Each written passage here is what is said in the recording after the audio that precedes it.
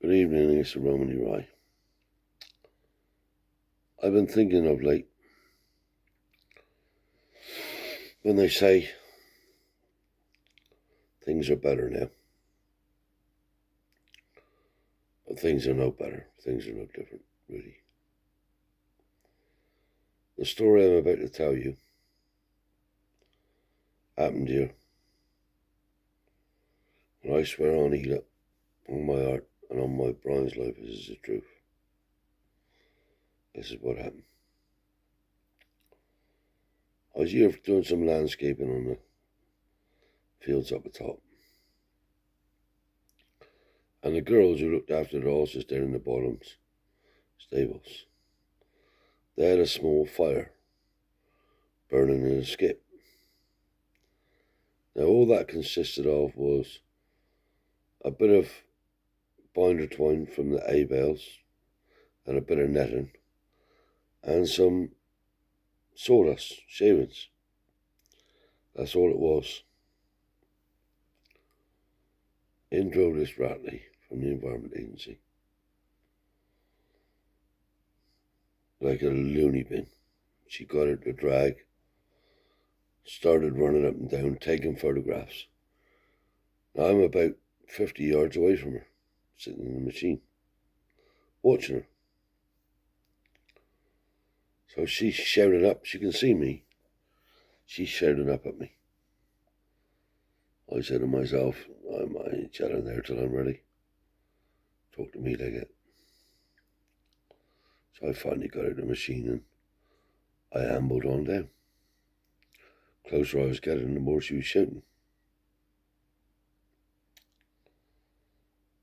I'm going to have you, she said. I'll close you down. You're an incompetent operator. And really screaming at Mandy, see. I had all I could do not to fucking tell her, I tell you that. That's the truth. I've never hit a woman in my life. I ain't going to start now, but I had all I could do to control my temper. So I walked straight up to her. I said, I'm old enough to be your father. You treat me with some respect. I'm going to have your license off you, and this, and shouted at me and spitted. I said, I'll say it again, but I'll say it this way this time. I'm old enough to be your father. If you don't treat me with any respect, jump in your car and fuck off.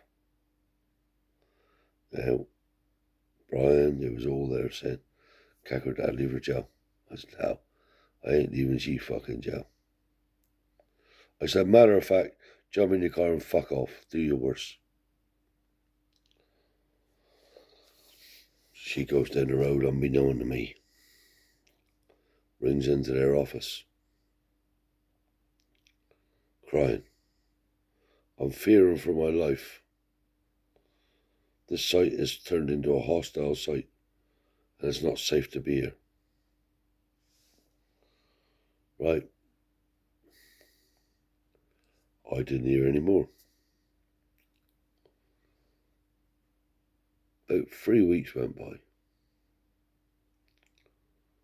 and me and Brian had to go somewhere. Jumps in me Flairtide Transit. Off he goes.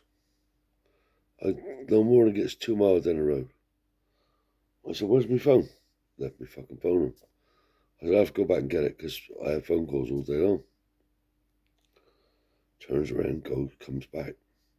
Turns into me road, which is Bondhouse Lane, which is a bit of a road, main road, like not too busy, but nevertheless it was a main public highway. Turns into the fucking road like that. There's 5 guards there lined up. Batons, face masks, bulletproof vests, guns, standing up there, side by side like soldiers. I drives right up to them. I said, what's on here, mate? What's going on? He said, oh, there's an investigation going on up in the farm and there's no access. I said, mate, I own the farm. Who are you? He said, told him. He radioed through. he said, you got to go on it through. He said, they're up there waiting for you. I drives up into the yard. My business partner's already there standing up. As soon as I opens the transit door, clump, clump, fucking handcuff me. I'm pulling on these fucking handcuffs to cut myself to pieces. Seriously, right? Right, Clarence Frederick Ware, blah, blah, blah. We arrest you under suspicion of firearms, hostility, and everything else you can think of. And when I looked around, and I think if you go on Facebook, I went on Facebook the fucking day it happened. 22 police officers, environmental officers, and people who dip you for red diesel, customs. Right. Whose caravan is that? This caravan is it. So that's my boys. And whose is that one? I said, that's mine. Right, showed us the search warrant. They went in there, they pulled my boy's trailer to fucking pieces. Chucked all these bit of togs out on the floor, everything. Oh, I was going ballistic. Couldn't find nothing in his place. Now, I had a lot of Crown Derby in my place, and Worcester. Expensive fucking pieces, no junk. I still got them to this day. I said, you break out China? On my mum and dad's grave, I said, oh, you'll fucking pay, one way or another. Any one of you. One of you will pay. Are you threatening them? I said, I don't give a fuck which way you take it. I'm telling you. So the sergeant come over, who was in charge, he calmed it down. He said, we won't touch that stuff. I said, well, I'm just telling you. I said, what you done to my boy's place there? I said, it's fucking criminal. Anyway, out come the mush now with the customs. Dipping every fucking vehicle. As it happened, I had a Nissan Patrol there, my good old Jeep. They dipped a tank and he got red diesel in. He fucking charged me right there and then. Cost me £450, £55. Find me on the spot, red diesel. Now, the environment officers, they fucked off. A team of 12 of them up a top field, walked all the way down looking for asbestos and rubbish and shit that I buried. I haven't done it, never done that in my life and wouldn't do it. Well, I haven't got to do it. Anyway, they come down, couldn't find nothing. They left. They stood the armed police down. You can go now and all this fucking shit. Anyway, where's your guns? I said, I ain't got no fucking guns. Where's your guns? He said. I said, I haven't got no guns. He said, look, this is classified as a hostile site here. I said, well, you can have a look at every fucking shed. I ain't got no guns. So they was looking. Snarky bastards. Anyway, couldn't find no guns.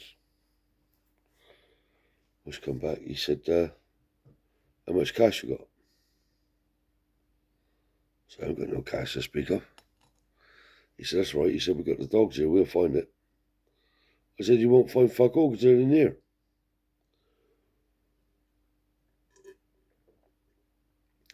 The bit of level I did have, they wouldn't have found it anyway. That was that. He said, growing any cannabis these days? I said, mate, the cannabis job was to do when poor old Donald was killed.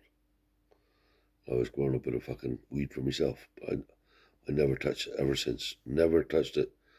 I'm dead against it. Don't want nothing to do with it. I think it's the root of all evil.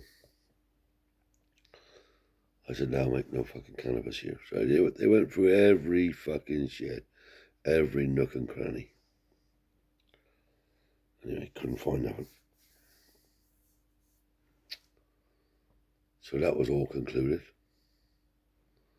And took the handcuffs off. And de-arrested me. In the back of a fucking van. A fucking Black Mariah van.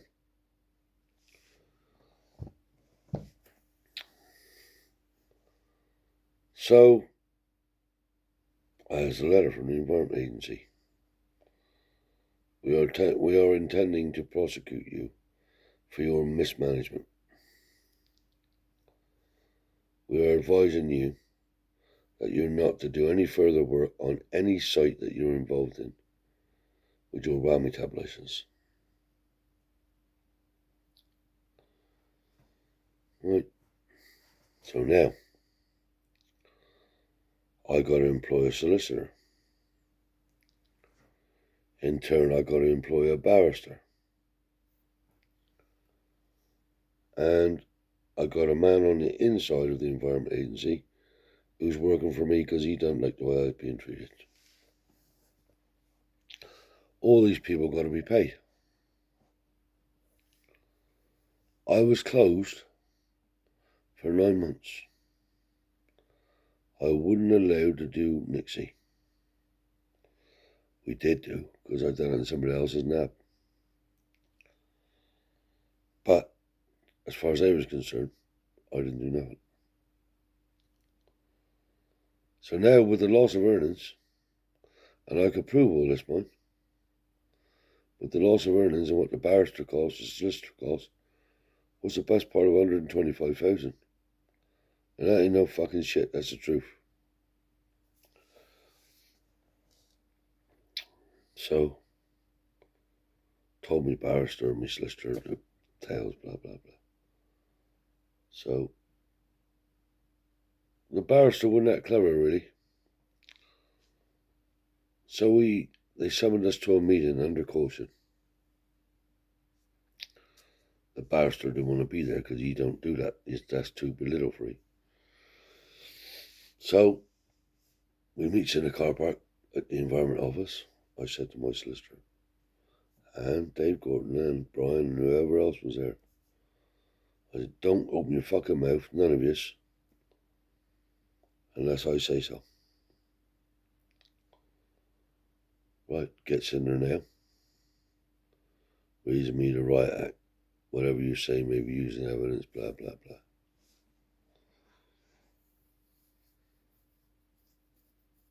Right, we think you've mismanaged your site. I say you make that out. Well, where's the paperwork? And we think you've exceeded tonnages all over the sites. I said, you do you? Yeah. So my solicitor had the site license for here. I said, get that site license out there.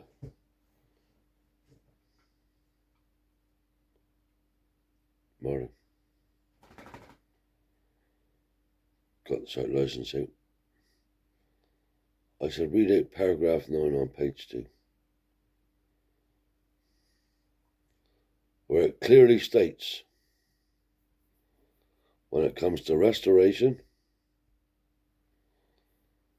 there is no tonnage limits,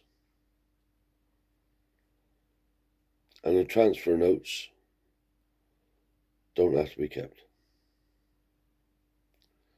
That's what it states in black and white. On my particular license. I don't know about anybody else's license. On my license. For this site. So Dave Brogdon pipes up. He's the man in charge there. He said, I don't think we can take this any further. He said, I think we better close the book. Then there's a chap called Richard Tugwell, who was an environment officer, sitting beside him. Oh no, Dave, he said. I've done too much work on this. We just can't close this case. I said, right, where do we go from here? Well, we're going to do you under this paragraph, this section. I said, none of that stands up, mate. I said, it's absolute bullshit. So there was a bit of a silence, and he come back to me. He said, well, look, here's a caution form. You accept the caution, and we'll write the whole lot off right here and now.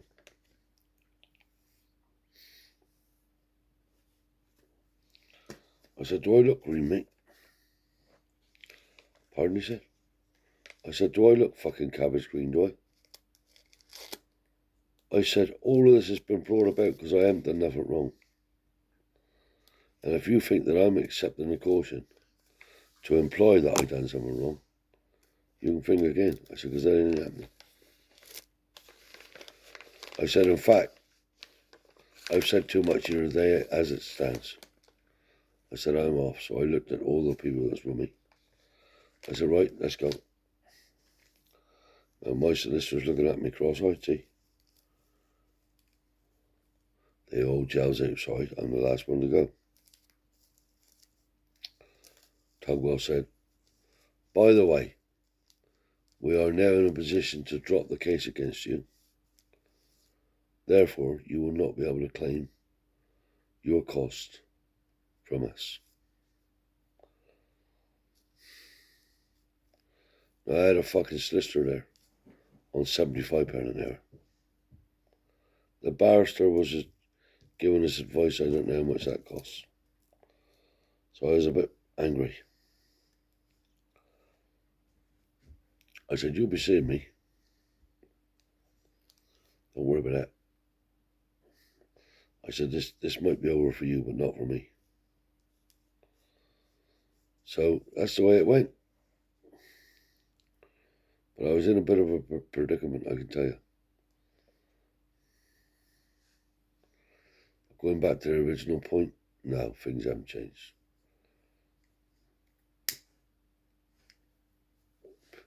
Do things change? Things don't really change. Leastways for a travelling man these days. Same.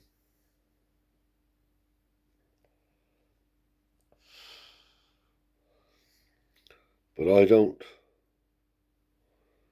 trust him. The other thing that happened to me whilst I'm living here is a mush up behind me. And there's 5 acres of woodland running straight off my fields out into the woods. Now all that's up there's a crappy old barbed wire fence. You can walk through it, genuinely. So 9 of my horses gets out and goes into the next door neighbour's property.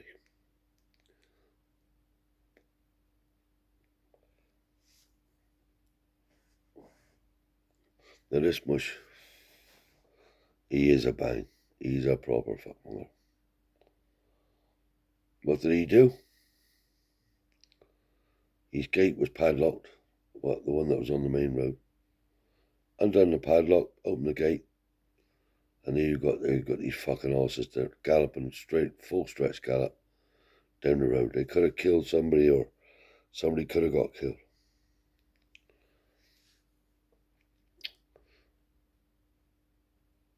Goes catching my horses now, about 4 miles down the road. There was a racing stables, and that's where they ended up, in the field. Lucky, because I had a fucking stallion running with him. If he served any of their mares, there would have been trouble. Anyway, catches horses. Now, it was about 4 miles away from the mush's place, which meant in total it was about 8 miles away from me.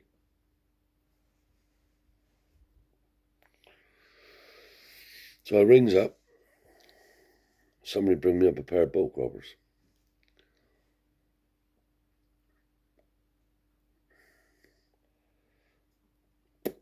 I walked up to the mush's gate, cut the fucking chain, opened the gate, and that saved me 5 mile. Open the gate, down through I goes. I gets halfway down, and this mush kicks off. So my temperature went through the roof, and I couldn't take any more. I let the fucking horses go, and I took off running after this mush. Now, I gets to within striking distance of him, but I trips over a tuft of grass. And as I tripped, I drop kicked the right on the cheeks of his ass as hard as I could kick him. Down he goes. Now I've been hitting on the side of the head, but he was in a tuft of grass. It was all tufts of grass, so he had a cushion, so it didn't really do a lot. Anyway, that was that. Caught the horses. Off I went. Sitting there having me tea. Gavin car pulled in. Knocked on the door. Got out the car, knocked on the door. I said, "Come in, boy." All right, he said. In he comes. Took his hat off. He said, "You know why I'm here?" I said, "Yep." He said, "You're going to tell me you didn't do it?" I said, "No. I'm going to tell you I done it, and I'll fucking do it again." I said, "What had he done up the top of that road?" When I told him, the mush was like devastated. He said, "Anyway, you got 2 choices." Calling me Clarence now, he is. "You got 2 choices, Clarence," he said. "You either accept this fucking ASBO, this official warning. There was either a pink or a movie pinky form. You either sign up to say that you won't go anywhere near him, and you'll leave him alone, and you will apologise to his wife, or I'm going to have to arrest you." I said, "I'll sign the piece of paper. No apology to his wife. She can get fucked," I said. "And that's what you're getting out of me." So I signed it up, and that was the end of that for a minute. Then,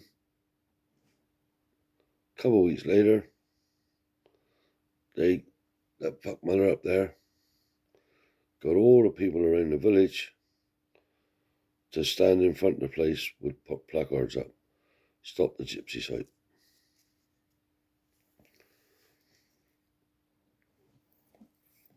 So I goes down the line. Protesters are there. I said, "What's going on here? You know what's going on, blah, blah, blah." I said, "It's a good job I got a fucking ASBO or something against me," I said. Anyway, they chucked all the stuff they had down on the side of the fucking lane. I made them come back, boy. Every last fucking one of them. Pick the rubbish up. That much still does not leave me alone today. I caught them flying a fucking drone over here. Rang the garage. Nothing they can do. Except wait. Well, I won't be doing that. And he won't be flying the fucking drone no more. I can tell you that much. So as regards to officialdom and what people stand for in the official positions they got, no. I don't give 2 fucks for them. And by the way, I have stopped swearing. But this is an exception tonight.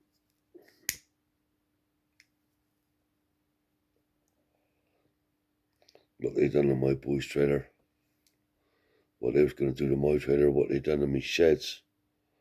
Oh, it's criminal, man. But I was all brought about by that rat leader.